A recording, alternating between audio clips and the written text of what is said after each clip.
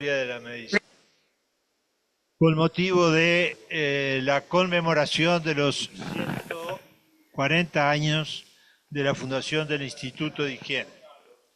La introducción estará a cargo del doctor Juan Ignacio Gil Pérez y se titula su ponencia la bacteriología y el primer vuelo científico de nuestra Facultad de Medicina.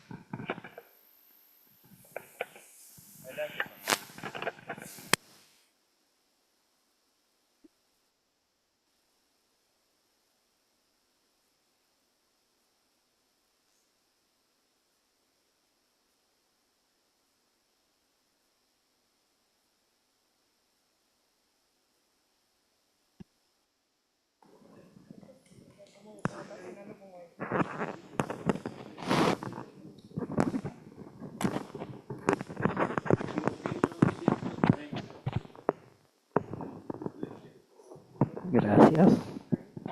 Sí, perfecto. Bueno, gracias Valentina. Nosotros cuando nos plantearon hacer nada más que una introducción, porque aquí el plato fuerte lo trae el doctor Luis Caledari, pero nos hicimos una pregunta que creo válida, es ¿qué investigación científica se hizo en nuestra facultad hasta la fundación del Instituto de Higiene o al comienzo del Instituto de Higiene? Entonces empezamos a ver las fuentes que tenemos, las revistas. Esta es la primera revista de la facultad, la Gaceta Médica. Y, a ver, no me pasa. Esta es de 1877. Ahí pasó. ¿Esa? Perfecto. Y entonces, la primera investigación es un poco un signo de lo que fue la evolución de nuestra facultad. Es el origen anómalo de la arteria carótida derecha en la disección de un cadáver de una niña de 8 años. Entonces, es un pequeño trabajo que lo hace Florentino Felippone, el primer disector que tuvo la facultad. Es decir, es una disección hecha en 1877 y publicada en la revista. Y es una ciencia elemental, pero es morfología. Florentino Felippone luego siempre tuvo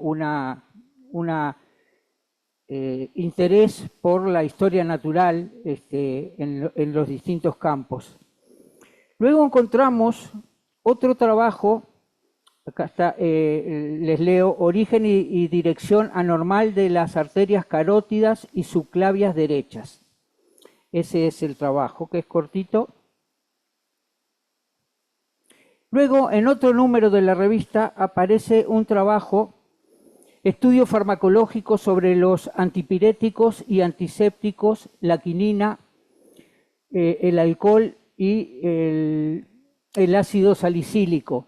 Este trabajo es de Eduardo Kemmerich y lo traje porque él en este trabajo dice que participó en experiencias con un farmacólogo y fisiopatólogo alemán de apellido Binz y que él estuvo en ese grupo.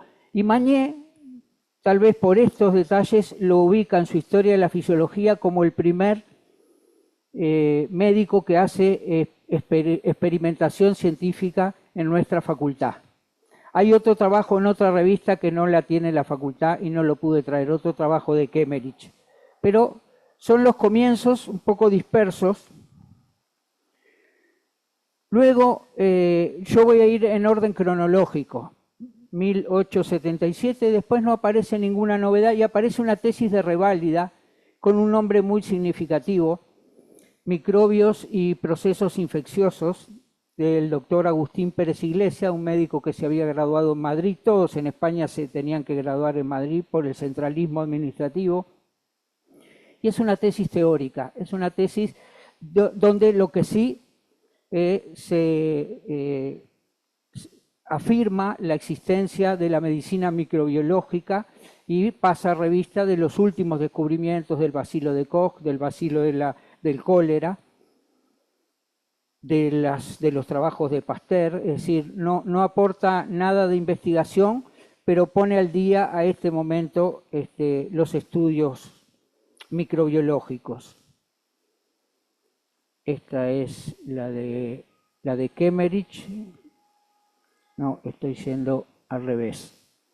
Luego aparece otra revista científica, porque la Gaceta Médica duró 1 año y poquito. Lamentablemente se agotó pronto. Luego apareció la revista científica, donde la lideran los estudiantes, ¿ven? Nereo Iturriaga, Disector, Juan B. Morelli, Américo Ricaldoni y Juan Guglielmetti. Juan B. Morelli en este momento estaba junto con Arechavaleta en el laboratorio de bacteriología, que seguidamente se convirtió en laboratorio de bacteriología y micrografía, hay que entenderlo como laboratorio de anatomía patológica, también de histopatología. Y tenemos el primer trabajo que lo pone Morelli en esta revista, El bacilo del cáncer. Y esto tiene importancia por lo que vamos a ver al final, con el aporte de Sanarelli a la etiología de la fiebre amarilla.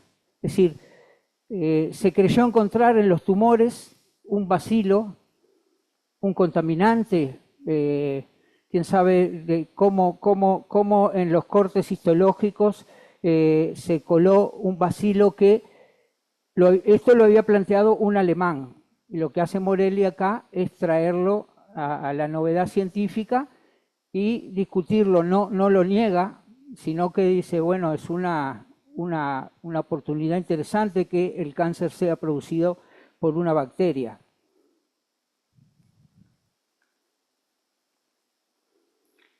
Y en esta misma revista, Morelli emprende una serie de apuntes de bacteriología que tiene hasta 5 versiones. Esto fue bien estudiado en el libro de Morelli, en la biografía de Morelli de Pou y Magné. Le dedican un capítulo a su actuación bacteriológica.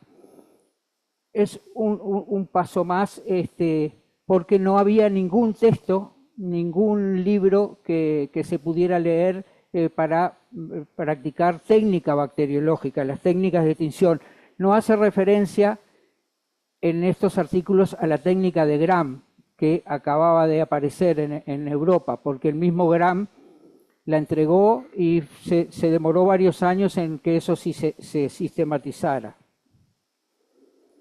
Aquí en sueltos da un detalle, porque el hombre que dirigía a Morelli y que impulsaba el laboratorio de bacteriología, que es José Arechavaleta, se va para Europa, y fíjense en la noticia. Probablemente el 25 del corriente se embarcará para Europa el eminente profesor de botánica médica y bacteriología de nuestra Escuela de Medicina, profesor don José Arechavaleta. Va en misión científica oficial al Congreso Médico de Barcelona y a los laboratorios de Pasteur y Koch. Deseamos al querido maestro un feliz viaje augurándole. Es decir, no tenemos noticia después de esa visita de Arechavaleta a los laboratorios de Pasteur y Koch, pero es una noticia muy significativa en relación a la microbiología y en particular a la bacteriología. Aquí hay un trabajo de los que me hacía referencia, trabajos del Laboratorio Bacteriológico de la Escuela de Medicina de Arechavaleta, septicemia consecutiva a antrax, ya un procedimiento de estudiar los microbios en el antrax más sistematizado, con técnica más depurada. Aquí siguen los apuntes de bacteriología. Luego pasamos al segundo tomo de la revista científica, estábamos en el primero. Y tenemos el trabajo tradicional que Magné lo cita y lo explica en su Pedro Vizca, fundador de la Clínica Médica en el Uruguay, y que fue producto que también tuvo un trabajo ya emblemático entre nosotros de Augusto Soiza, trabajos el tasajo y el microbio del cólera. De este no tenemos nada que... Pero este trabajo, si bien se pone que es el trabajo de micrografía y bacteriología del profesor Arechavaleta, lo publican Felipe Solari y Juan B. Morelli, porque seguramente con Arechavaleta de viaje, porque dicen él es tan humilde que no hubiera permitido que lo publicáramos en la revista. Después se acaba la revista científica, aparece otra revista de ciencias, con algunos de los protagonistas similares en la dirección. Acá apuntes de bacteriología, endurecimiento, inclusión, micrótomos. Lo que me interesa es esto, coloración de las bacterias. ¿Ven? En este no hay una referencia específica se refiere a las técnicas de Koch y Weigert. Y allí los colores histológicos del carmín, hematoxilina para los núcleos, protoplasmas y bacterias. Es decir, un trabajo de técnica bacteriológica que muestra que Morelli había avanzado mucho en la técnica de coloración microbiológica. Aquí viene otra revista. La revista de ciencias también tuvo corta vida y no prosperó. La revista uruguaya de medicina y farmacia fue una alianza entre las dos revistas anteriores, Las Personas, y Carlosena, Antonio Carlosena, que era profesor de farmacología. Era un farmacéutico distinguido. Aquí tenemos un trabajo muy interesante, es la septicemia de los conejos, del mismo laboratorio. Cómo se hacía experimentación o se estudiaba también en animales. Y en esta es un trabajo muy clásico que lo estudian muy bien Magné y Pou, que es sobre la etiología del beriberi, investigaciones bacteriológicas.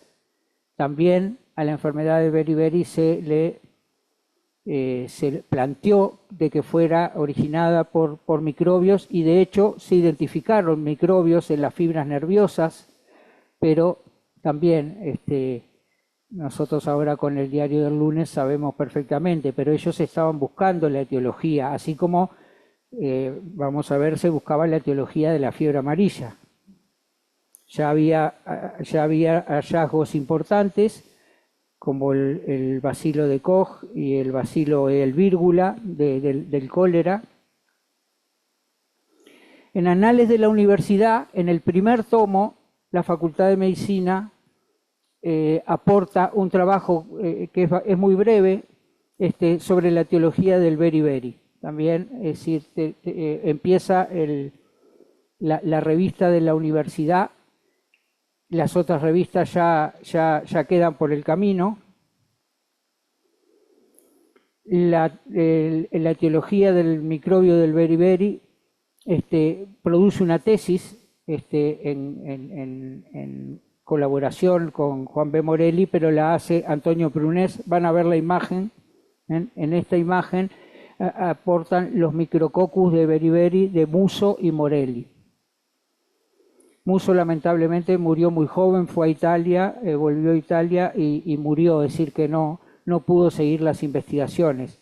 Y como saben, Morelli en pocos años más pasó a la cátedra de fisiología y le fue dedicando todos los esfuerzos a la fisiología para luego pasar a la clínica médica y dejar también la investigación fisiológica. Y aquí está la revista donde viene el vuelo bacteriológico. No es solo el vuelo bacteriológico. Esta revista, la Facultad de Medicina, que yo les estoy mostrando el año 2, el número 7, empezó en 1896.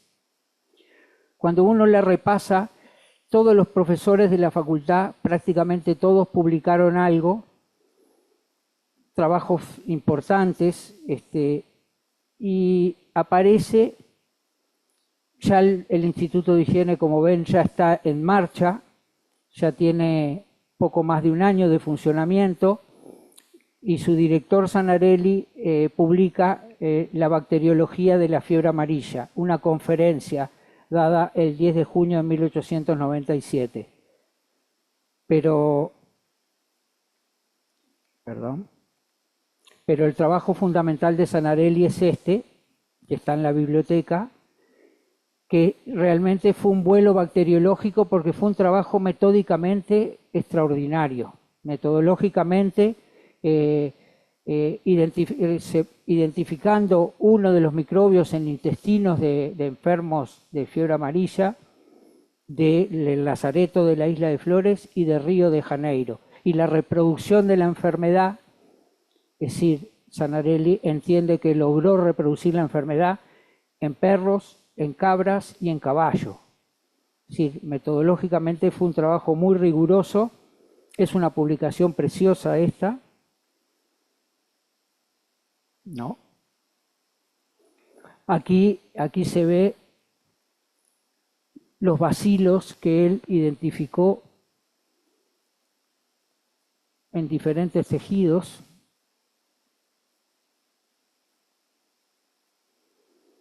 El Bacillus icteroide, que es el que él identificó, pero aclara en este trabajo que no es la muerte de los pacientes, no es debida al bacilo, sino a una toxina que producía el bacilo.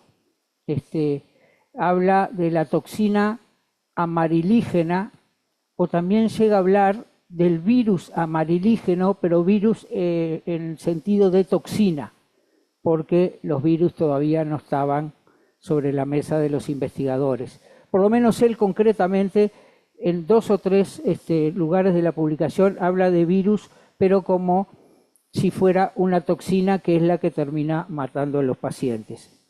Entonces, esto es lo que quería mostrarles, ya está. Que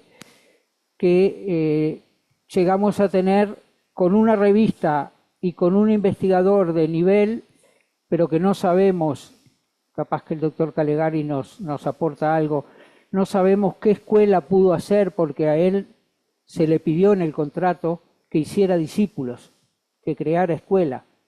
Y él, después de el fracaso de este descubrimiento teológico, se mandó mudar, ¿no? Se fue del país y dejó acéfalo el instituto y no creó escuela. Sin embargo, los más humildes como Felipe Solari o Morelli siguieron en investigación en otros campos, y Felipe Solari en particular en bacteriología. Listo.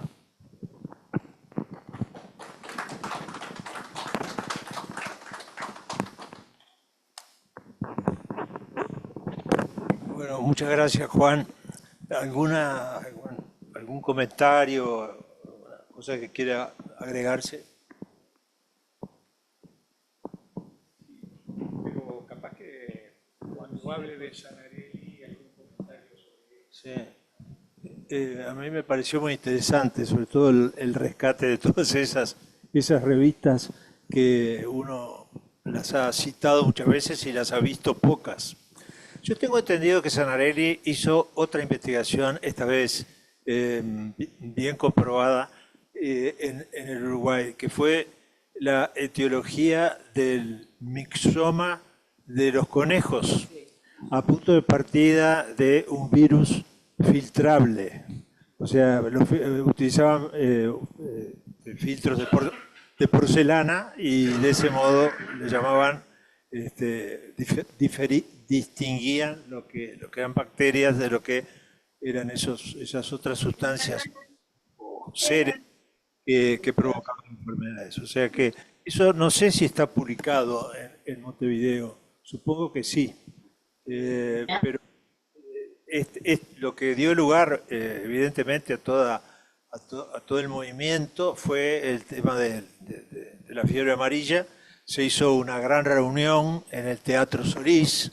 Creo que esa conferencia que citó Juan debe ser la conferencia que dio en el Teatro Solís, hizo traducciones al francés que las distribuyó por Europa, incluso en el Brasil viajó en varias ciudades y planteó la posibilidad de fabricar una vacuna contra la fiebre amarilla. Bueno, eso les pasa a todos los grandes investigadores. Recordemos que Koch, el descubridor del bacilo de Koch en 1882, estudiando luego los cultivos, obtiene la tuberculina y da a publicidad algo enormemente importante para aquella época en que la tuberculosis era la plaga blanca que azotaba a toda la humanidad, que con la tuberculina se producían defensas, sería una especie de vacuna, cosa que no se comprobó. Después todos sabemos que la tuberculina tuvo otros empleos, pero ese fue un fracaso de otro grande, también en el terreno de la bacteriología, y bueno, esto de Sanarelli quizá por haber nacido acá en un ambiente chico, bueno, ha tenido más repercusión.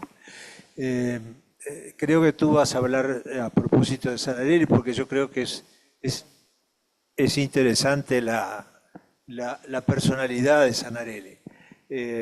Y ni que hablar, nosotros cuando con el profesor Mañé estudiamos la vida y la obra de Juan B. Morelli, aprendimos la magnitud de la influencia de Arechavaleta, ¿no? Que Arechavaleta que era más bien un farmacéutico, y que entró primero a dar clases en los preparatorios de la universidad, y luego en 1877 Lorenzo Latorre suprime estos preparatorios y él entra posteriormente a la Facultad de Medicina. El cuartito que tenía, parece, Arechavaleta en la Facultad de Medicina era mínimo. Y sin embargo, bueno, allí hizo estudios botánicos, iba al interior con los alumnos a hacer recolección de especímenes. Nosotros en el departamento tuvimos la colección de botánica de Arechavaleta, que pasó para ser mejor custodiada al Museo de Historia Natural. Arechavaleta, además, como dijo Juan, fue el iniciador de la bacteriología y en cierto modo, la histología y hasta la histopatología. Cosa curiosa que aprendimos de alguna conferencia de Salterain, Arechavaleta era un gran admirador de la antigüedad griega y conocía el arte griego y su obsesión era no solamente volver a su patria, sino viajar hasta Grecia, lo cual pudo hacer. En esta ocasión se va a Europa, no sé si hay otro viaje de Arechavaleta a Europa. Y en este viaje se encontró con Salterain, y recorrieron los museos, reconociendo las antigüedades que existen, sobre todo en el Museo del Louvre. Y parecía que Arechavaleta tenía una hija enferma, Berta de Arechavaleta, que finalmente murió, y buscaba también solución a ese problema médico en Europa.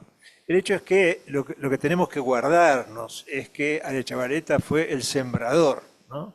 Que a partir de él se formó sí una escuela que prácticamente llega hasta nosotros. Y Morelli fue probablemente su discípulo más conspicuo. Y bueno, eso ya ha sido estudiado y muy bien señalado por Juan. ¿Alguien que quería? Campos. Néstor Campos. Y bueno, buenas tardes a todos. No, Juan, primero felicitarte, me pareció muy interesante tu charla. Y dos reflexiones me llevó. Una que es interesante, que en aquella época, capaz sin empezaron a hablar con la bacteriología y el cáncer, ¿verdad?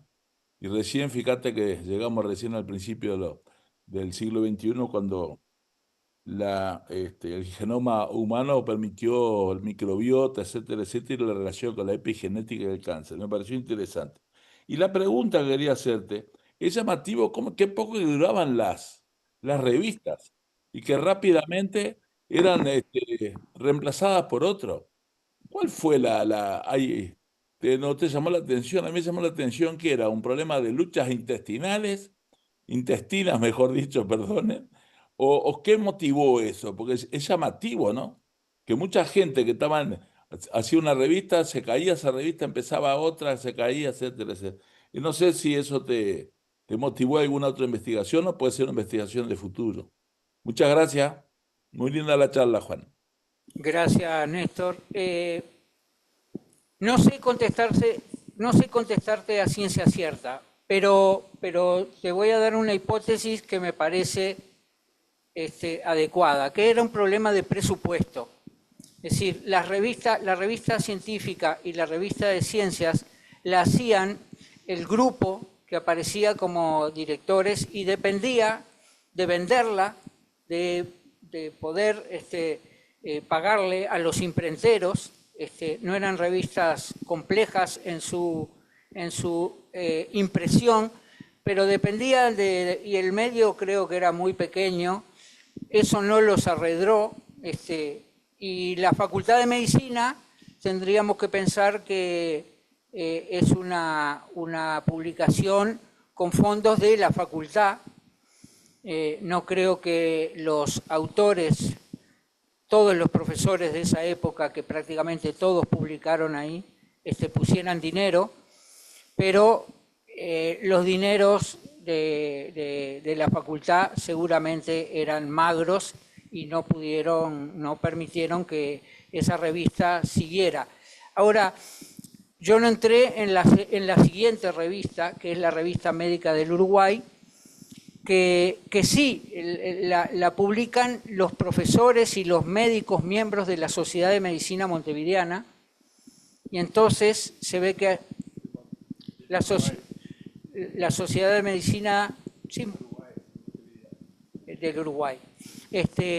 Esa revista pervive durante 30 años, tiene varios números al año, y esa sí se sostuvo porque tal vez tuvieron conciencia de que esa era, y el nombre que le pusieron, ¿no? Revista Médica del Uruguay, iba a ser la cara visible de la medicina y la cirugía uruguaya ante por lo menos el mundo iberoamericano, ¿no?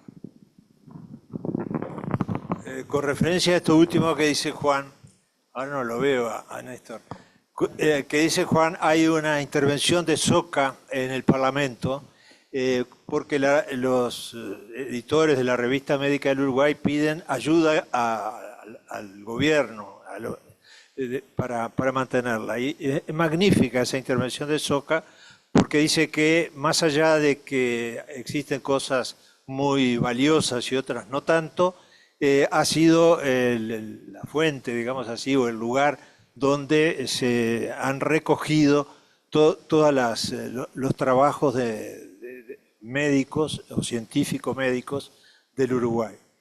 El otro punto que yo creo que es muy importante es la colaboración de los farmacéuticos, ¿no? Los farmacéuticos yo creo que sí tenían más plata y por eso tendieron a unirse a ellos. Las primeras revistas, la primera parte desde la fundación hasta el comienzo de la Revista Médica del Uruguay, todo lo referente a la Sociedad de Medicina de Montevideo se publicó en una revista de farmacia. O sea que sí, pero es interesante lo poco que duraba. ¿Alguien más?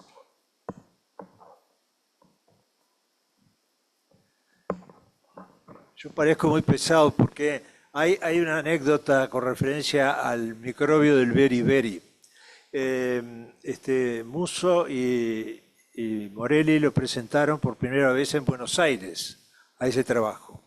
Y curiosamente, y no existe todavía una explicación para eso, Leopold, el que fue profesor de clínica quirúrgica, clínica médica, de anatomía patológica, el alemán, publicó exactamente lo mismo, lo cual podría haber sido interpretado como una copia.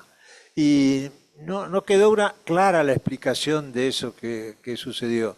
El hecho es que ninguno de los dos autores lo tomaron como ofensivo. Esas son las cosas también que suceden a veces en la ciencia, ¿no? Bueno, vamos a dar paso ahora al doctor Luis Calegari, que es nuestro invitado.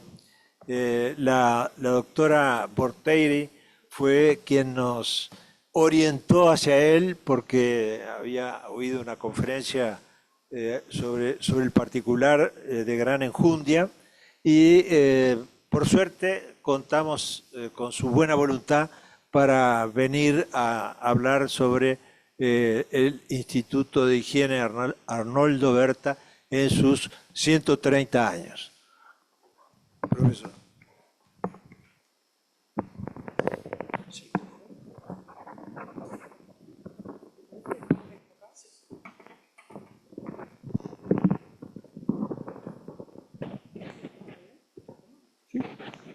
Perfecto. Está, muy bien.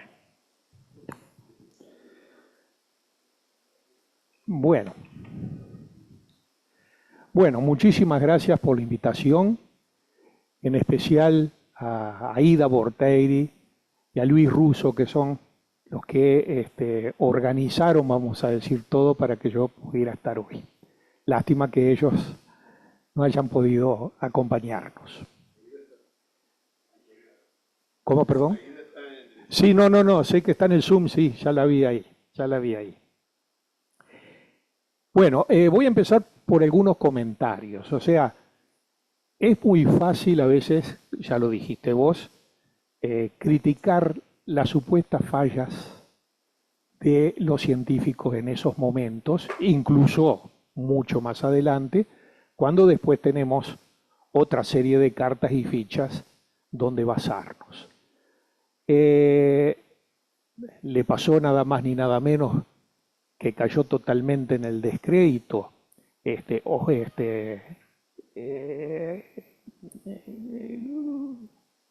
creador, el inventor de la enfermedad de Chagas, vamos a decir, que supo describir absolutamente todo lo que sabemos hoy del ciclo de transmisión de la enfermedad de Chagas. Y sin embargo, Osvaldo Cruz tuvo un error porque epidemiológicamente en la zona donde él trabajaba en Minas Gerais era tremendamente prevalente el hipotiroidismo. Y en algún momento planteó si Trypanosoma cruzi no podía tener algo que ver también con el hipotiroidismo, y en Brasil lo defenestraron totalmente. Tan es así que se fue al mazo durante mucho tiempo. Esto me lo contó personalmente el profesor, perdonen los nombres, ahora no lo tenía esto en la mente, pero Taliche, que fue a visitarlo en ese momento, en un largo viaje de ferrocarril, que me lo contó por 2 veces, y que lo encontró con una depresión total, y donde le dijo, ustedes los jóvenes son los que van a tener que redescubrir esto y confirmarlo. Y así se hizo, sobre todo con los trabajos de Massa en Argentina, después Taliche aquí en Uruguay y muchos otros que lo acompañaron, pero durante mucho tiempo estuvo totalmente en el ostracismo por ese supuesto error. Y en el caso de Sanarelli, una de las cosas, así como no se conocía nada de los virus, no se conocía nada tampoco de la patogenia combinada o superpuesta entre distintos agentes. Y yo creo que tuvo la mala suerte de estar trabajando con un núcleo grande de pacientes de fiebre amarilla en el lazareto, y se encontró con alguien que tenía en realidad una sepsis por un bacilo, que todavía no sabemos bien cuál es, pero sí sabemos que es un bacilo, y que fue lo que pudo aislar, fue lo que describió, fue lo que lo entusiasmó a hacer los trabajos, pero ese paciente podría haber estado ahí simplemente colado, y por la sintomatología haberse confundido lo mandaron al lazareto, o venía integrando el grupo que estaba en el lazareto, y así fue la confusión. Cuando la enorme epidemia de meningitis en Paysandú, que se le achacó al meningococo, por allá por el 73, 72, 73, no se encontró meningococo en ninguno, porque al final era una meningitis viral, pero yo personalmente, que trabajé como estudiante ahí, me acuerdo cuando vinieron contentísimos porque habían aislado un neumococo de un paciente que tenía una meningoencefalitis. Y bueno, no tenía nada que ver. Era uno que aparecía en el contexto de esos otros 600 casos de meningitis virales que se producían en ese momento. Así que hay que tratar de reinterpretar, vamos a decir, estos sucesos a la luz de lo que conocemos hoy, y siendo muy cautos en pensar que fueron errores sí, pero inducidos por lo que todavía era la ignorancia sobre muchos aspectos de la etiopatogenia. Me preguntaron qué había pasado con Sanarelli. Sanarelli sí, aquí se le hizo un poco el vacío, pero en realidad volvió a Italia contratado por una universidad y siguió trabajando. Yo tengo una biografía, un resumen biográfico hecho en una revista italiana, si les interesa después se lo paso, donde habla de estos otros años y donde sí, en ese caso, el virus de la mixomatosis se le reconoce, y la mixomatosis de los conejos se le reconoce como realmente una descripción completa de él, porque al final siguió trabajando los virus filtrables y hasta que se supo que era el virus del mixoma, un mixomavirus. Bueno, pero vamos a entrar en tema, porque ahora sí llegamos al Instituto de Higiene en su creación. Ya vimos cómo en esta segunda mitad del siglo XIX se habían sucedido una enorme cantidad de avances extraordinarios en el conocimiento de las enfermedades producidas por agentes animados. Algunos todavía no sabíamos cuáles eran, como los virus, pero las bacterias surgían fuertemente, y sobre todo los parásitos surgían ya fuertemente y se consolidaban en el horizonte. Nuestro país, que no es ajeno a esas transformaciones, y bajo el impulso visionario de los profesores que ya nombramos, Juan Morelli y José Escocería, inducen a la facultad a la creación de un centro, tomando como modelo al Instituto Pasteur, que se había inaugurado unos pocos años antes en París. Entonces el Instituto de Higiene Experimental se creó por ley el 21 de enero de 1895, sobre la base del Laboratorio de Bacteriología de la Facultad de Medicina de José Arechavaleta. Empezó sus actividades en el 96, en marzo del 96, en la vieja Casa de Ejercicios Espirituales de Sarandí y Maciel, que era sede en ese entonces de la Facultad de Medicina.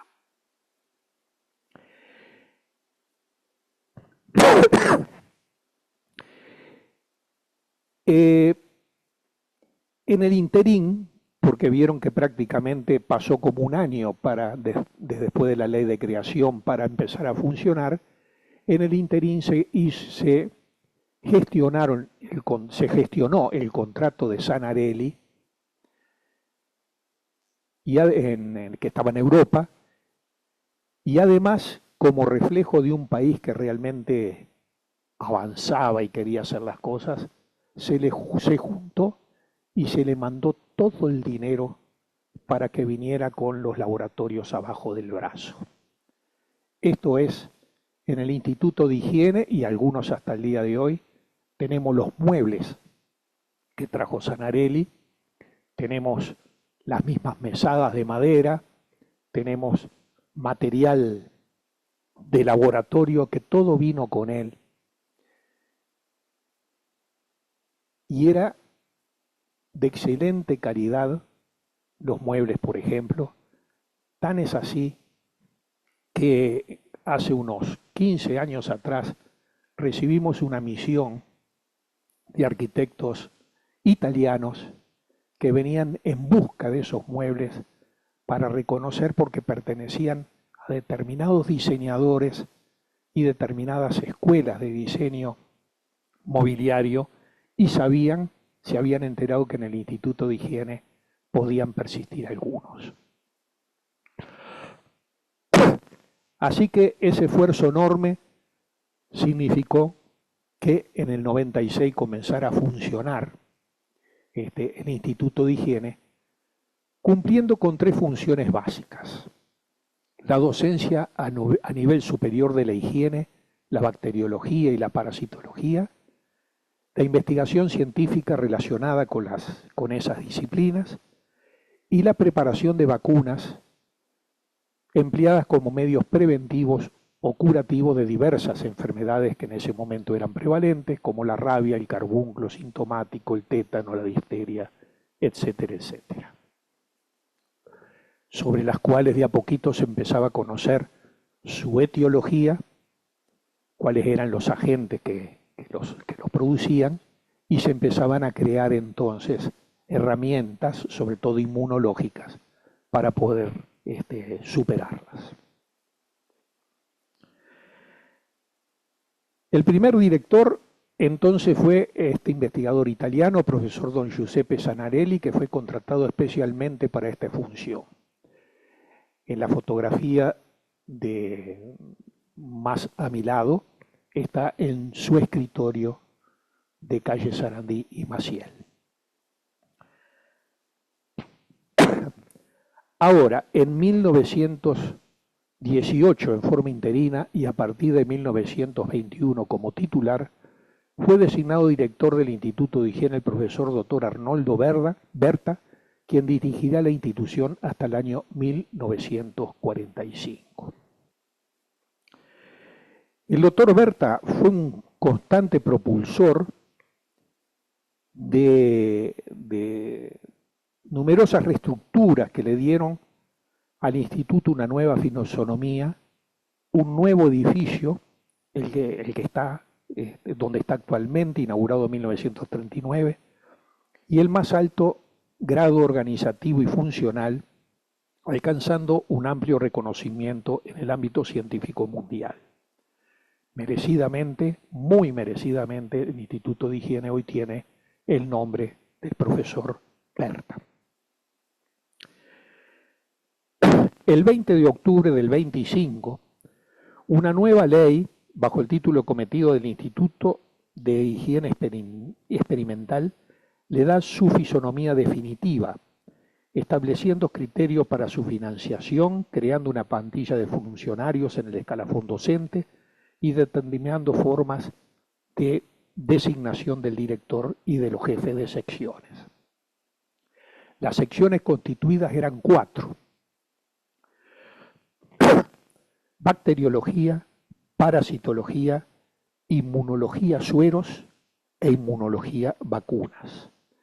Y los cometidos fundamentales seguían siendo la función de investigación, especialmente sobre problemas higiénicos de interés nacional, la función de asesoramiento sobre cuestiones relacionadas con el área y la preparación de sueros y vacunas y, por supuesto, la función docente. El 20 de octubre del esta misma ley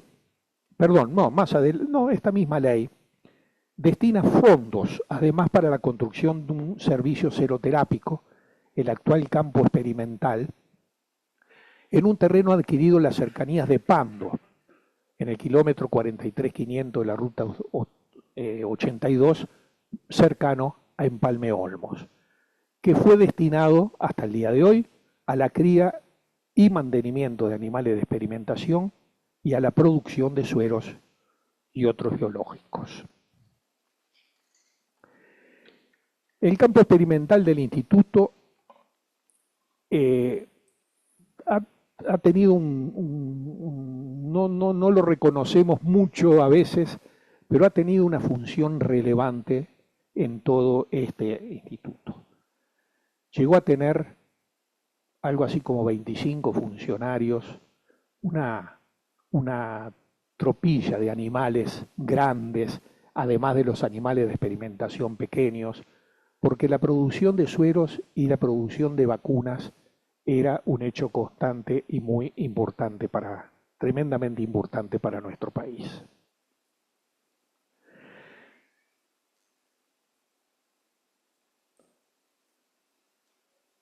En la ley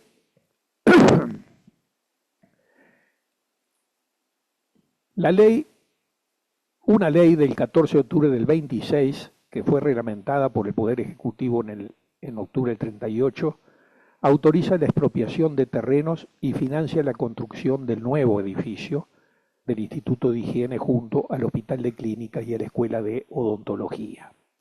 La ocupación de la sede actual se produjo en enero de 1940.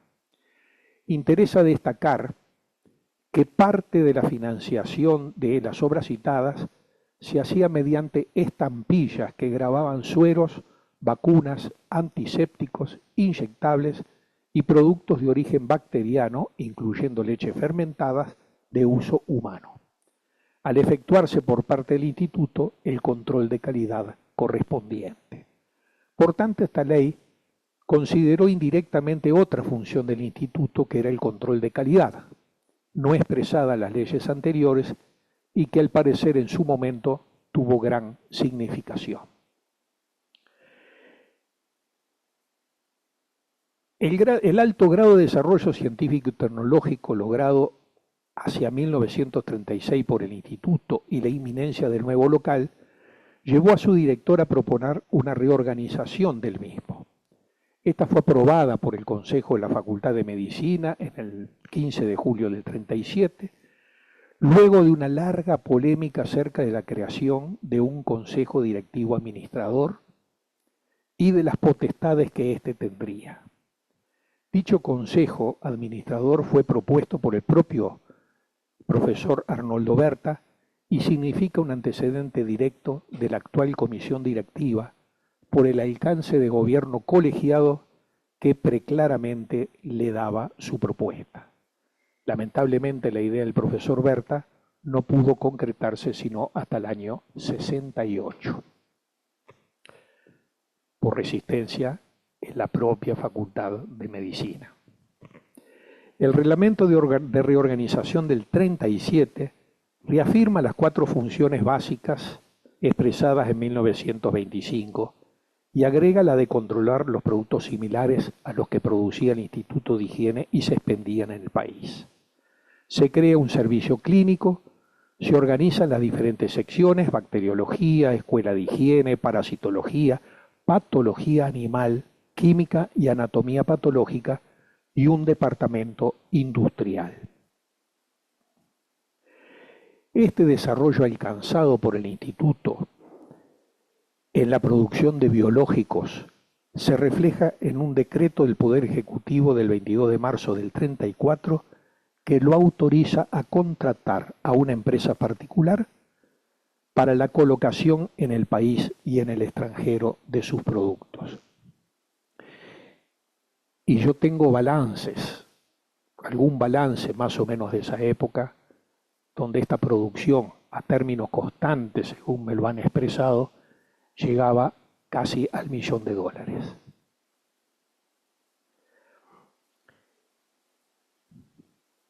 Poco antes de finalizarse las obras del nuevo local, un decreto del Poder Ejecutivo del 38 determina que el Instituto de Enfermedades Infecciosas del Ministerio de Salud Pública, que había sido creado poco antes y sin una ubicación definitiva, pasara a ocupar los pisos cuarto, quinto y sexto del instituto. Esto despertó una fuerte y clara oposición del profesor Berta, la que sin embargo no fue sino parcialmente acompañada por las autoridades de la Facultad de Medicina que autorizaron la sesión provisoria. Esta sesión provisoria se mantuvo hasta hace unos pocos meses, digamos. El 5 de febrero de 1968, ya aquí en el marco de la autonomía universitaria dada por su ley orgánica, se aprueba la ordenanza del Instituto de Higiene Dr. Arnoldo Berta, que mantiene los cometidos del reglamento de reorganización dado por el propio Berta y determina una nueva estructura de gobierno, creando una comisión directiva donde tendrán representación los diferentes departamentos que integran el instituto.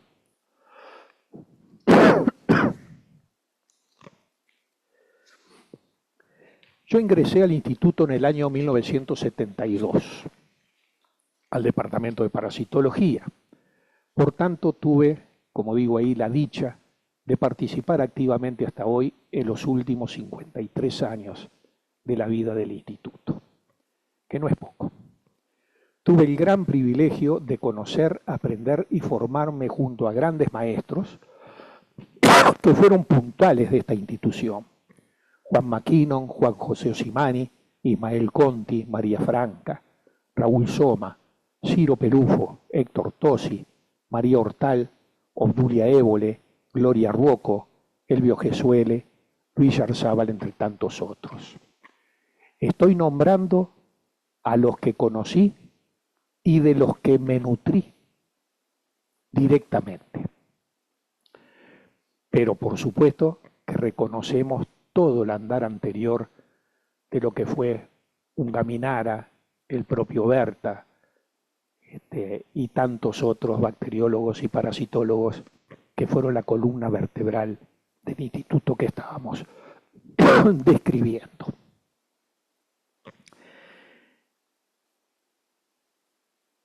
También tuve el privilegio y la dicha de compartir este periodo de vida con compañeros no docentes y docentes, de los que por sus condiciones personales y profesionales guardo preciosos recuerdos y afectos imborrables. Gabriela Elgorta, Eduardo Sibila, Osvaldo Ceruzzi, Berta Burgui, Luis Sánchez, Carlos Boto, Eduardo Deicas, José Rusi Cail, Elena Zaneta, Carlos Carmona, Mónica Lowinger, Roque Cámara, Roberto Salvatella, Juan Arbiza, Raquel Rosa, Héctor Chiparelli, Ana Calegari y Esther Magián, Ana Cunha y Gulnara Rodríguez. En esos nombres hay mezclado docentes y hay mezclado funcionarios no docentes que también hicieron a una vida muy fuerte de este instituto. Hay otros muchos más, ya retirados van activos y por supuesto que sé que es injusto nombrar a unos y a otros no. Pero la lista es muy, pero muy extensa y mi cariño es igualmente firme para todos.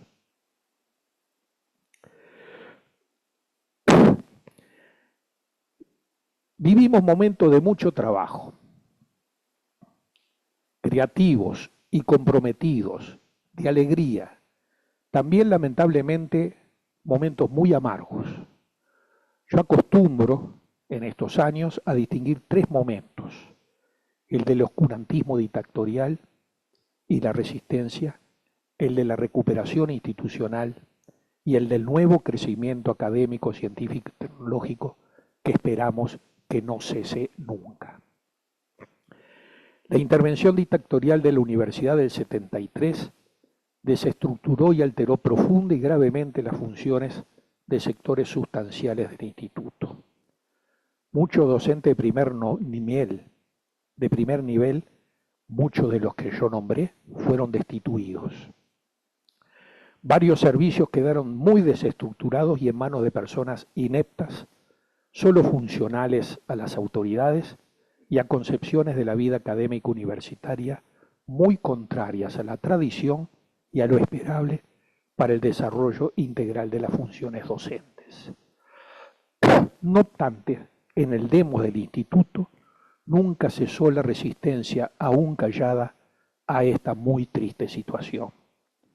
En marzo del 85, con la recuperación del régimen democrático y el cese de la intervención de la universidad, el instituto entra en una nueva etapa.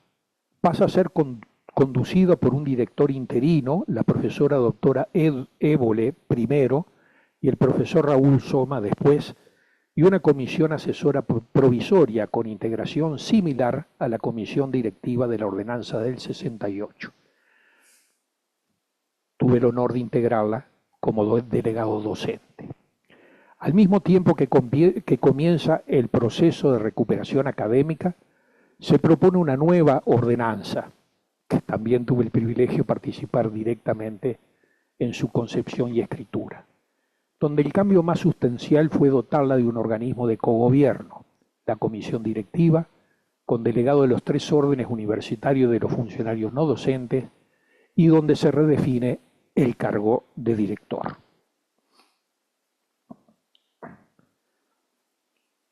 La ordenanza actual fue aprobada en 29 de agosto del 90 y define al Instituto de Higiene como un servicio universitario destinado a cumplir con los fines y cometidos de la Universidad de la República y de la Facultad de Medicina en la promoción de la salud y la prevención de las enfermedades. Al igual que la docencia en todos los niveles y cometidos de las estructuras docentes que lo integran. Debe realizar además los trabajos de investigación pertinentes con la finalidad de propender a la resolución de los problemas de salud y de crear conocimiento en la temática específica del área de su competencia, y asimismo habilita a elaborar productos biológicos que sirvan a los cometidos antedichos. Depende de la Facultad de Medicina, sin perjuicio de cierta autonomía administrativa y de Hacienda que le otorga la propia ordenanza, y está integrado inicialmente por los departamentos docentes de la Facultad de Medicina, de Bacteriología y Virología, de Parasitología y Micología, de Medicina Preventiva y Social, contando asimismo con una división Producción y con departamentos de Administración y Contaduría. En el marco de esta nueva ordenanza, en agosto de 1991, y luego de haber estado un par de años en forma interina, se designa el profesor Luis Yarzábal como director titular. Bajo su dirección comienza otro destacado periodo de crecimiento, ampliación institucional y enriquecimiento académico. Este periodo también personalmente lo acompañé como asistente académico de la dirección. Y hay que reconocer 3 hitos importantes que sirvió para la expansión y el enriquecimiento del instituto. En mayo de 1989 se presenta desde el Instituto y la Comisión Sectorial de Investigación un programa de biología parasitaria, con el fin de formar recursos humanos, desarrollar la investigación básica y brindar apoyo en diversos aspectos del diagnóstico, control y prevención en el ámbito de la biología general y molecular de las enfermedades parasitarias.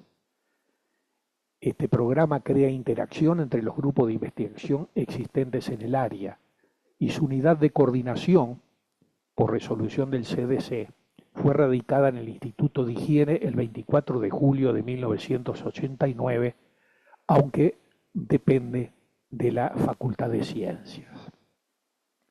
El 21 de noviembre del 90, el Consejo de la Facultad aprueba un convenio con la Facultad de Química para la integración formal de su departamento de inmunología en el Instituto de Higiene, sin perjuicio de las dependencias orgánicas, funcional y administrativa financiera que tiene con la propia Facultad de Química. El traslado se hace efectivo en marzo de 1991. Y en 1998 la División Producción pasa a denominarse Departamento de Desarrollo Biotecnológico y División Producción. Adquiere nuevamente funciones docentes que le habían sido quitadas totalmente junto con los cargos durante la intervención e incorpora a sus ámbitos otras unidades docentes de la Facultad de Química. Una modificación a la ordenanza del Instituto, aprobado el 18 de diciembre del 2001, reconoce y amplía la integración a todos los servicios universitarios que cumplen funciones plenamente en sus ámbitos. Luego de Yarzábal fueron designados directores titulares Gabriela Algorta, Rodolfo Levín y Ana Pérez hasta estos últimos días, donde venció en su cargo, quienes han consolidado y sin duda acrecentado el desarrollo actual del Instituto. El Instituto de Higiene cumple 130 años. Como dije, tuve la dicha de vivir plenamente 53 de los mismos. Este rico y determinante periodo me sirvió fundamentalmente para conocer y entender el enorme papel e impacto del Instituto en la salud pública de nuestro país y de la región. Sus sueros y vacunas fueron la base para limitar y vencer muchas de las enfermedades infecciosas que afectaban gravemente a nuestra población. Fue esencial y continúa su contribución para el control de la enfermedad de Chagas y otras zoonosis, para el conocimiento de los agentes y el control de la diarrea infantil, para el estudio de la ecoepidemiología de las micosis profundas, para reconocer y encarar las micosis oportunistas, para el control de la leptospirosis, para el estudio de las virosis prevalentes en los distintos momentos, para el control de las enfermedades transmitidas por vectores o para el conocimiento de las enfermedades no infecciosas prevalentes en nuestra población. Un número importante de recursos humanos formados de primer nivel y laboratorios muy actualizados posibilitan las cada vez más complejas tareas que tiene por delante el Instituto de Higiene. Siempre en asociación estrecha con el Ministerio de Salud Pública, otros servicios universitarios y otros organismos nacionales vinculados a la salud humana y animal, desarrollando desde siempre el concepto de una salud tan en boga en estos días. Ustedes saben, vieron que se puso de moda hablar de una salud y sin embargo en el Instituto de Higiene ya al final del otro siglo ya teníamos un departamento de patología animal y estudiamos la zoonosis con este concepto. El Instituto de Higiene de la Facultad de Medicina se ha constituido hoy en una institución universitaria multidisciplinaria que alberga unidades académicas de otras facultades y también al Departamento de Laboratorios de Salud Pública, dando sustento así a su rica actividad integral en la salud humana y animal. Sin dudas, un pasado maravilloso, imposible de desconocer, que nos incita continuamente a proseguir el camino. Un presente cargado de realizaciones destacadas y que no para de crecer, y un futuro lleno de expectativas, de más logros y crecimiento para seguir contribuyendo, como siempre, al bienestar de nuestra población. Muchas gracias.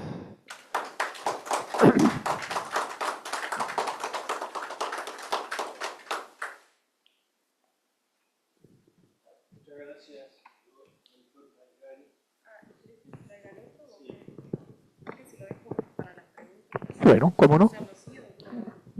Así está bien. Así está bien. Sí, sí, perfecto.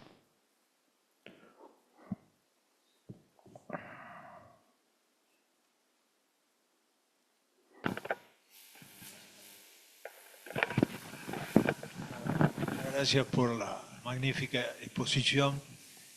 Damos por abierta la discusión, los aportes, las preguntas que quieran hacerse.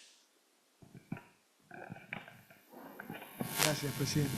Bueno, en primer lugar, felicitar al profesor Calegari por esta magnífica exposición que nos ha traído los 130 años del Instituto de Higiene con todo su desarrollo. A lo largo de la historia, el Instituto de Higiene tuvo varias ubicaciones, algunas reales y otras nominales. Empezó en la Casa de los Ejercicios, ahí le hicieron un piso superior para que tuviera el desarrollo. Luego le construyeron un edificio que en su frontispicio dice Instituto de Higiene Experimental, pero que nunca ocupó, frente a la Facultad de Medicina, que luego se destinó a cirugía experimental, y el ciclo farmacología y fisiopatología en aquellos tiempos, luego para el ciclo básico, y hoy no sé qué desarrollo tiene, pero es allí frente a la facultad. Y finalmente vino a inaugurar ese precioso edificio que es obra del arquitecto Carlos Urraco, el mismo que proyectó y dirigió la construcción del Hospital de Clínicas y de lo que era el antiguo Instituto de Ortopedia y Traumatología, hoy desafectado. No así la Facultad de Odontología, que es del arquitecto Ríos. El Instituto de Higiene tuvo una larga proyección en la población, a veces recordada en aspectos poco frecuentados, como las viejas etiquetas del agua Salos, donde José Arechavaleta y José Escudería certificaban la pureza y la calidad de ese producto. Pero también el instituto, ya en su planta actual, tuvo una enorme trascendencia para proveer servicios, o sea, producía, entre otras cosas, medios de cultivo. Yo fui años a comprar medios de cultivo de Lowenstein, de agar chocolate y demás, y lamentablemente en algún momento eso se cortó y lo pasaron a la actividad privada, o sea, el instituto dejó de vender los medios y algún laboratorio particular se ocupó de hacerlo.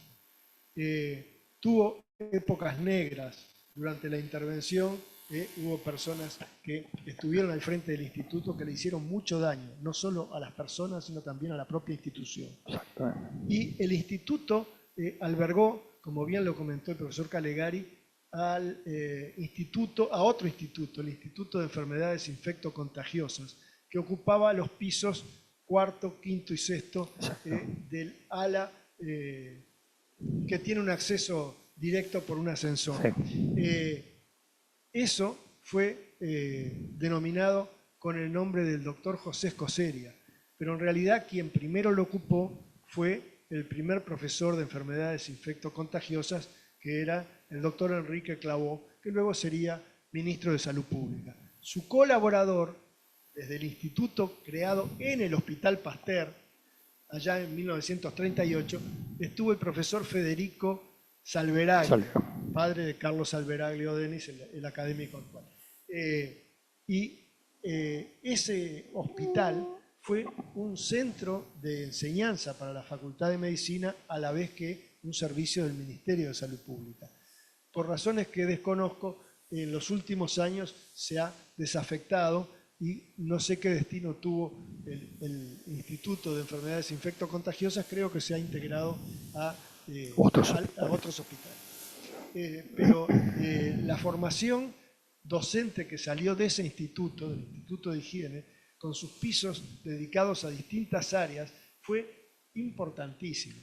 El área de bacteriología debe recordar a Ciro Pelufo, que fue el profesor de nuestra época, al recordado Joaquín Galeana, que fue un maestro de maestros, y a los discípulos de él, entre ellos Walter Pedreira, que fue un distinguidísimo bacteriólogo, y Carlos Ormaeche, que terminó siendo profesor en la Facultad de Medicina de Cambridge y que lamentablemente falleció en un accidente aéreo cuando vino a visitar el Uruguay. O sea, la repercusión de los parasitólogos que ocupaban otro piso en el exterior, que se fueron durante los años oscuros y que luego vivieron y viven en el exterior, son figuras muy relevantes en distintos países. Alguno quedó en Venezuela, como es el caso de Boto, otro quedó en el País Vasco, como es el caso de mi amigo Jorge Guisarte, otro estuvo en Bélgica, y así la repercusión o la proyección de lo que fue el instituto se expandió por el universo. Me parece que es muy digno de recordarlo en esta fecha de los 130 años con tantas figuras ricas que ha dado al país y a la medicina. Gracias. Puedo hacer un comentario sobre un comentario sobre los locales. Es cierto que se construyó otra, vamos a decir, esa ala al costado de la Facultad de Química para el Instituto de Higiene, y que no me he fijado últimamente, pero decía tenía en el frontispicio un instituto de higiene. Nunca funcionó ahí como tal, pero sí se llegaron a dar clases, porque en el local de Sarandí Maciel no había nada de espacio. Entonces las clases para los estudiantes de medicina las daban en ese local. Fue lo único que se llegó a hacer del Instituto de Higiene. ¿Por qué? Porque después ya surgió la idea del nuevo edificio y el traslado fue directamente de Sarandí Maciel a el edificio actual en el Parque Valle. Ese era un comentario. Lo otro que has dicho sobre las personas o personalidades que se han diseminado y que son fruto, nacieron en el Instituto de Higiene y se desarrollaron en el Instituto de Higiene, comparto totalmente con vos eso. Y bueno, y hoy entregué un libro hecho por el profesor Yarzábal, que es uno de ellos, donde narra las peripecias de esos 5 uruguayos, de esos 5 parasitólogos en el mundo. Va a tener ejemplares allá otros ejemplares más en la historia de la medicina en la facultad, en su momento.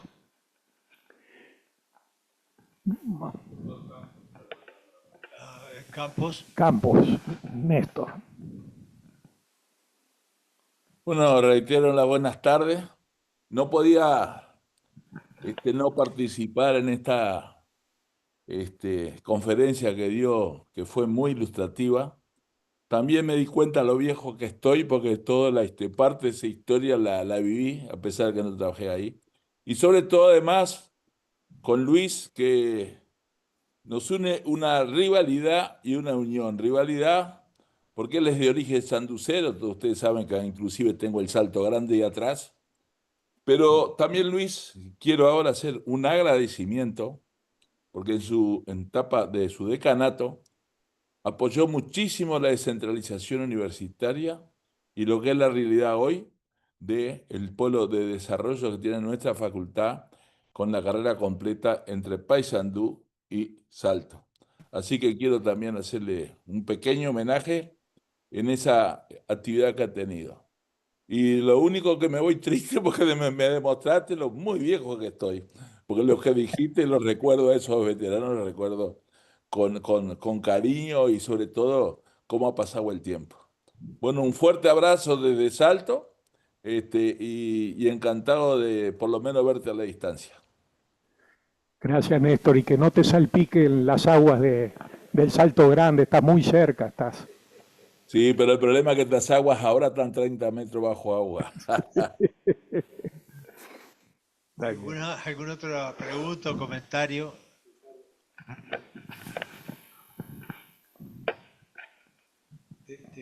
Lo felicito por la charla porque recién ahora comprendí en su totalidad el valor del Instituto de Higiene, donde vi por única vez una sífilis secundaria. Nunca había visto, nunca volví a ver. Pero de forma colateral va a ver qué trascendencia tuvo, quizás usted no lo sabe. Yo volví de Japón después de hacer un entrenamiento en microcirugía que lo hacíamos en las ratas blancas, características de los estudios y de la experimentación. Eso requiere que haya gente que posteriormente se entrene en eso, porque cumplir un ciclo y no dejar a nadie haciendo esa técnica me parecía un desperdicio científico. Y entonces comenzamos a experimentar con ese tipo de rata blanca que en Japón, bueno, había un edificio de 6 pisos solo para los animales. Y para llegar a los animales nos teníamos que cambiar 3 veces de zapato. Quiere decir que en cada piso había monos, perros, ratas. Y cuando quisimos transmitir y crear una descendencia de microcirugía vascular y nerviosa en el Uruguay, no había un lugar para dejar los animales de experimentación. El director del hospital, Pasteur, con buen criterio nos dijo, acá no pueden tener animales de experimentación, en un hospital que no era tan grande, pero los bichos pueden tener sus problemas. Entonces surgió la idea de recurrir al Instituto de Higiene. Y tuve que firmar las cartas correspondientes y fue aceptada que el Instituto de Higiene tenía en su lugar los animales de experimentación, los íbamos a buscar, los llevábamos al laboratorio de microcirugía del Hospital Pasteur y lo volvíamos a llevar al Instituto de Higiene como que era el único lugar de todo Montevideo, y diría del Uruguay, capaz de mantener animales que sirvieran para la ciencia y para seguir estudiando un tipo que no tenía nada que ver con lo infeccioso. Pero gracias a eso, el Hospital Pasteur, el servicio de cirugía plástica, pasó a llamarse Servicio de Cirugía Plástica y Microcirugía, y hoy, en el Banco de Seguro del Estado, después de tantos años que yo volví de Japón, las nuevas generaciones siguen haciendo reimplantes en el Uruguay gracias a la experimentación que nos permitió hacer los animales que guardábamos allí. Muy bien. Allá atrás.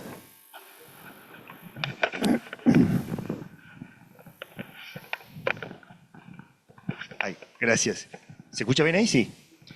Bueno, Caligari, felicitaciones. Me encantó la presentación. Ordenó en un montón de cosas que uno tenía dispersas en la cabeza. Esta sesión para mí fue muy, creo que para varios, muy de recuerdos, ¿no? Además, Caligari era decano cuando yo me recibí, así que ya de entrada les quería hacer unos muy breves comentarios encadenados. Volviendo un poquito para atrás en la discusión de los grandes errores de los grandes hombres, y saliéndome de las enfermedades infecciosas, está el de Linus Pauling, Premio Nobel de Química, que primero planteó una estructura del ADN que era totalmente descabellada y rápidamente superada por la de Watson y Crick. Y después planteó lo de la vitamina C como preventiva de las enfermedades, ciertas enfermedades infecciosas. La vitamina C me lleva a mi viejo, que se pasaba tomando vitamina C y que cuando era chico siempre nos daba vitamina C. Y mi padre fue, antes de dedicarse a la psiquiatría y al psicoanálisis, que fue su gran pasión, fue médico internista, y sus grandes amores, además de la psiquiatría y el psicoanálisis, eran el piso 8 con Purriel y el Instituto de Enfermedades Infectocontagiosas. Siempre me contaba sus historias y como una época de gran disfrute para él y por supuesto de gran aprendizaje. Supongo que de ahí conoció a la profesora Gloria Ruocco, porque me llevaba como pediatra, era mi pediatra, que mi viejo me llevaba con ella, y yo después tuve la suerte de tener alguna clase con ella, supongo que en sus últimos años, de epidemiología. Así que bueno, un recorrido histórico excelente para ordenar ideas. También leí hace poco, que lo encontré de casualidad, el libro de los 5 colegas, y bueno, me sirvió enormemente su presentación para ordenar la importancia de esa historia que uno intuía o tenía en conocimiento de los estudios como médico. Yo estoy en cosas que no tienen nada que ver con esto. Y acá queda muy bien ordenado, así que muchas gracias. Bien. Sí, yo quisiera hacer unos comentarios por preguntas que se hicieron acá sobre el servicio de enfermedades infectocontagiosas, qué es lo que pasó, por qué se fue del instituto, etcétera, etcétera. En realidad, la concepción de un hospital de infecciosos ya al final de los 80 ya estaba terminándose en todo el mundo, porque las enfermedades infecciosas tenían que ser subsumidas en los servicios de salud habituales, ¿no, verdad? Ahí empezó el traslado del instituto del SEIC. Ahí empezó el instituto del SEIC. Me acuerdo cuando casi al mismo tiempo que se pensaba el traslado del Laboratorio de Salud Pública hacia el Instituto de Higiene. Me acuerdo que Soma viene un día y me dice, mirá que mañana están los camiones acá, ¿eh? Vienen los camiones acá, así que llevamos todas las cosas para el Instituto de Higiene y de allá se llevan las cosas del SEIC, no sé para dónde, todo, así que está todo arreglado. En ese momento en el SEIC prácticamente no había actividad. Entonces tuvimos la mala suerte, o la suerte, no sé cómo decirlo, porque nosotros en realidad aprendimos montones con eso, que apareció el SIDA. Y cuando apareció el SIDA, no había lugar donde meter los pacientes, porque la idea seguía siendo hay que amontonarlos en algún lado porque es un riesgo tenerlos dispersos por todos lados, ¿no, verdad? ¿Dónde? Instituto de Higiene. Estaba prácticamente vacío. Así que por eso sobrevivió muchos años más, prácticamente hasta hace 3 años, donde la parte, con el SEIC pasan 2 cosas. Tenía un departamento que era de la Facultad de Medicina, que se traslada al Hospital de Clínicas, donde está aquí. Y la parte de hospital va del Ministerio de Salud Pública, de ACE, en ese momento ya, va hacia el Hospital Pasteur. Y se demoró porque realmente no sabían qué hacer bien con los pacientes de SIDA. La idea era que fueron atendidos, y siguieron persistiendo las policlínicas en el Instituto de Higiene, no la parte de internación que se llevó al Pasteur, sino las policlínicas. Por supuesto que la internación, además, era cada vez menor por la aparición de los antirretrovirales y todos los enormes avances que hubo para controlar la infección por HIV. Pero seguían persistiendo las policlínicas, que después fueron llevadas a distintos lugares, distintas policlínicas periféricas, no sin resistencias por parte de grupos de familiares de pacientes o por los traslados, etcétera, etcétera, pero fue una buena medida porque hoy no hay que hacer ningún tipo de discriminación, ya estamos capacitados como para atender a los pacientes de VIH y aún a los de SIDA con las armas que tenemos habitualmente en nuestros hospitales. Por esa razón es que empezó a ser, si se quiere, desmantelado de a poco el servicio de enfermedad infectocontagiosa hasta que, creo que el año pasado, se retiraron totalmente del Instituto de Higiene, dejándonos libre el espacio y dejándonos un clavo, porque ahora hay que arreglar el cuarto, quinto y sexto piso y no hay plata suficiente para eso porque estaba con un grado de deterioros muy, muy importantes. Pero bueno, es una de las luchas actuales. porque hay ideas de cómo, digamos, incentivar algunas unidades, no solo del instituto, sino en cooperación con otros servicios de la universidad, áreas nuevas de desarrollo, en biología molecular y en tantas otras cosas que precisan que construyamos espacios nuevos, porque los que tenemos tampoco dan abasto. Esa era la aclaración que se le había hecho a uno de los compañeros aquí.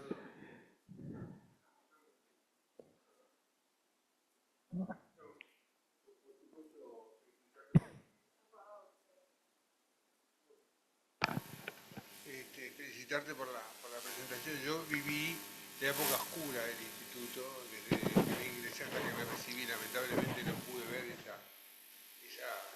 grandes profesores que tú nombraste, pero yo lo que viví y me nutrí mucho fue de cuando sacan la parte de asistencia del instituto, porque yo trabajé 40 años en el Pasteur. Entonces empezamos a ver los neurosida, y realmente que fue una enseñanza muy, porque veíamos 1 o 2 por semana, era realmente, y sigue siendo hoy por hoy también, porque lo que yo le preguntaba hoy al compañero, que se ve, estamos viendo SIDA, estamos viendo DUE, de vuelta.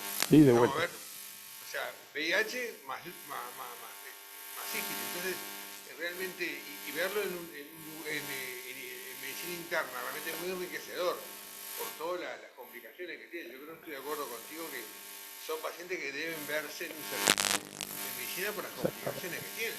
Exactamente. El VIH trae otra cosa igual que la luz. Entonces, eso creo que es muy importante a nivel de los hospitales generales, lo que contribuyó a la enseñanza, sobre todo a las nuevas generaciones, ¿no? Que antes el VIH se veía solo en higiene. Sí. Yo me acuerdo que era poco más que era un sidario, no era una cosa como sí, era eso. Era algo que lo veíamos excepcionalmente, ¿no? Así lo llamábamos nosotros. El sidario. Claro. Bueno, y con cosas terribles, porque pacientes que eran muy complejos y que requerían de medicina altamente, por ejemplo, CTI en muchos casos, yo personalmente, con otro compañero y un enfermero, tuve que empujar una camilla desde el Instituto de Higiene hacia el Hospital de Clínicas para llevar a un paciente que había entrado en coma. ¿No, verdad? Esa era una situación totalmente insostenible. Así que esas son las explicaciones por las cuales el SEI se fue del Instituto de Higiene muchos años después de los reclamos que hizo Berta. Muchísimo. Yo quería aportar un pequeño testimonio y después un dato histórico. Cuando yo entré a la facultad en 1980, todas las clases de primer año que estaban compartimentadas, bioquímica, biofísica, no, bioquímica la enseñaban en la facultad, pero biofísica, genética y no me acuerdo qué más, las enseñaban en el Instituto de Higiene, en el anfiteatro del Instituto de Higiene, que entrábamos tal vez la mayor parte de los que las clases no eran obligatorias, pero las dábamos allí. Es decir, que el instituto siempre también, aunque esto era una situación anómala en 1980, pero albergó gente siempre. Creo, ahora no me acuerdo, Antonio, capaz que me corregís, que albergó también al curso de patología quirúrgica de Larguero, el laboratorio de anatomía patológica, es decir, que fue un aporte de Larguero muy valioso. Y quería volver también al principio a decir que Sanarelli en Montevideo también describió la coagulación intravascular diseminada. Sí. Que los americanos le llamaron síndrome de Schwarzman y algunos Sanarelli-Schwarzman, pero les debemos las publicaciones que creo que no fueron en Montevideo, igual que la del virus de la mixomatosis del conejo, debemos encontrarla para tener la prueba científica. A propósito de publicaciones, quería comentar y preguntar sobre la biblioteca del instituto, porque por casualidad el otro día encontré en internet que están haciendo la digitalización por ejemplo, la revista de Asistencia Pública Nacional, del Consejo Nacional de Higiene, etcétera, o sea, revistas históricas, supongo también seguirán después por otras más actuales. No sé cuál es la situación en este momento y cuál es el volumen de esa biblioteca. Esa biblioteca siempre ha sido, los muchos últimos años, un problema por la falta de dinero, de inversión, ¿no verdad? Entonces, el volumen se restringió enormemente a algunos números muy necesarios para el trabajo actual del instituto. Pero desde hace 2 años tenemos una unidad de comunicación. Al frente está la nueva bibliotecaria, que es una mujer excelente, que ha impulsado una serie de ideas. En primer lugar, lo que era la sala de lectura, por decir así, se transformó en una sala para estudio de los estudiantes, porque, claro, hoy en día la bibliografía se encuentra además a nivel virtual, ¿no? Entonces, hay un gran servicio virtual, pero con catálogos y con distintos programas de biblioteca que le sirven a los estudiantes y a los docentes que trabajamos en el instituto. Han ido ordenando lo antiguo, por decirlo así, que estaba en algunos depósitos en muy mal estado, y de a poco tienen la idea de ir digitalizando aquellas cosas que son realmente más importantes, más destacadas. Algunos libros muy especiales, algunos títulos muy especiales, sabiendo además que la mayor parte de los títulos están duplicados en la Facultad de Medicina. Hay pocos que son exclusivos del Instituto de Higiene y esos sí son a los que se le va a prestar más atención. O sea que biblioteca en el sentido tradicional prácticamente no existe, que eso no significa que no se puedan solicitar determinados trabajos, tener acceso y que se les va a brindar toda la ayuda necesaria para eso. Pero no es una biblioteca que uno entre y esté llena ya de anaqueles con libros y todo lo demás, sino que más que nada preponderan mesas de trabajo con computadoras y un montón de gente trabajando ahí adentro, de chiquilines trabajando ahí adentro. Complementar lo que estás diciendo, Luis,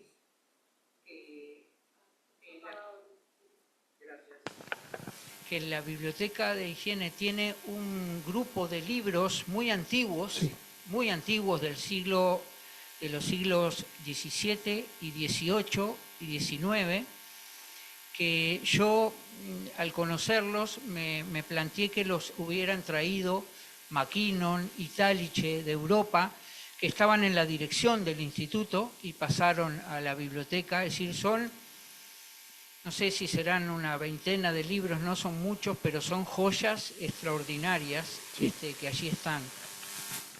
Sí, es verdad. No, estaban en la dirección para protegerlos.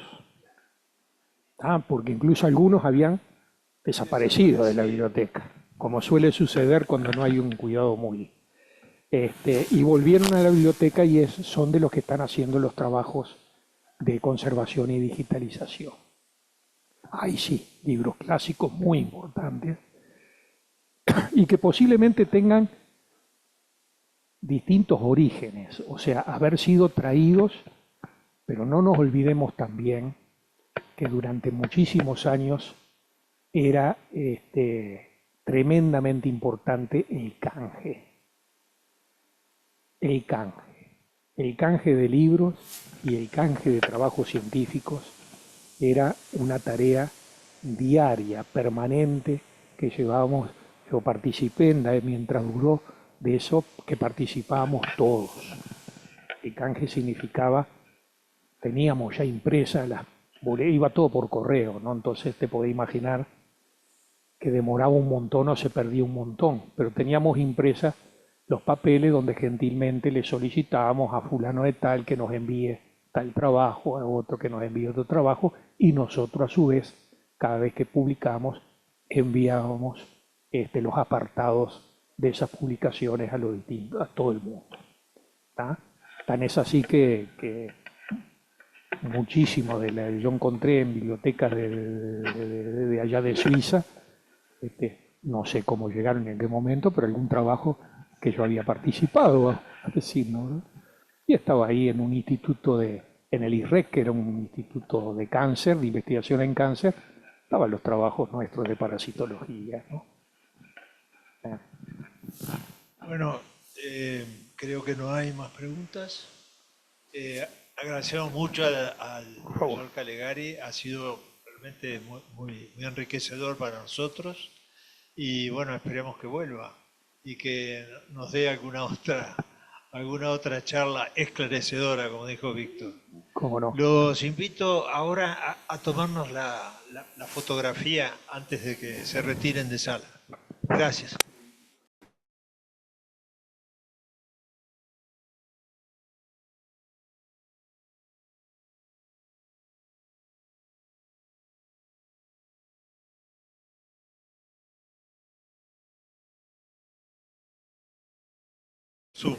Gracias.